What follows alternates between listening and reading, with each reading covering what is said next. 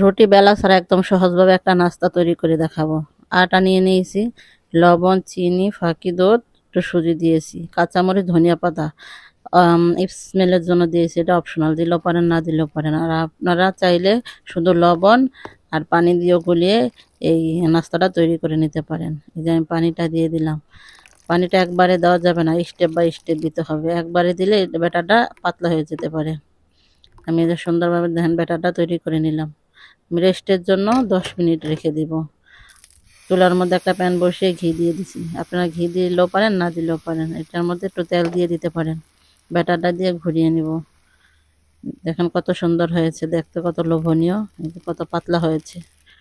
রুটির চেয়ে পাতলা হয়েছে। এমন একে একে সবগুলি ভেজে নিব। দেখতে পরোটার মতো দেখা যাচ্ছে।